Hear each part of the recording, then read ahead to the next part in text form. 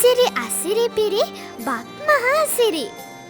හෙළයේ මහා සංස්කෘතික මංගල්‍ය න්‍යාය පත්‍රය නැකැත් සීට්ටුවයි. නැකැත් සීට්ටුවේ තවත් සුවිශේෂීම නැකතක් තමයි අලුත් අවුරුදු උදාව. ඒ කියන්නේ සූර්යා මීන රාශියේ ඉඳන් මේෂ රාශියට පැමිණීම තමයි අලුත් අවුරුදු නැකත හෙවත් අවුරුදු උදාව කියන්නේ. මේ සුබ මූර්තිය උදාවන මොහොතට පෙර එන්නේ නොනගතයයි.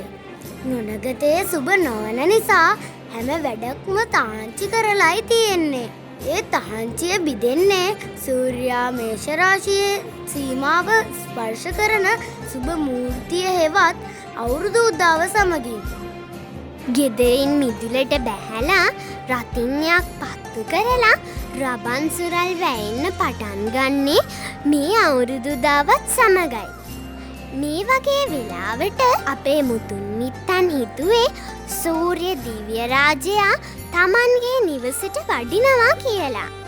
ඒ නිසාම සූර්ය දිව්‍ය රාජයා පිළිගන්න අලංකාර වර්ණමනින් යුත් ඇඳුමින් සැරසුණා. ගෙදර දොරේ හැමෝම ලස්සන අලුත් ඇඳුමකින් සැරසුනාම තියෙන සතුට මූණු වලින් පේනවා. කොඩිත්තන්ට අවුරුදු සතුට දෝරේ ගලන්න පටන් ගන්නේ මෙන්න මේ අලුත් අවුරුදු උදාවෙන් පස්සේ. ඉතින් මෙදා සැරේ ඔයාලා හැමෝටම අවුරුදු සතුට දෝරේ ගලන සුබම සුබ අලුත් අවුරුද්දක් උදා වෙන්න කියලා අපි එක හිතින් සුබ පතනවා. එහෙනම් අපි හෙටත් හෙළයේ මහා සංස්කෘතික මංගල්‍යයේ තවත් නැකත් චාරිත්‍ර ගැන කතා කරමු.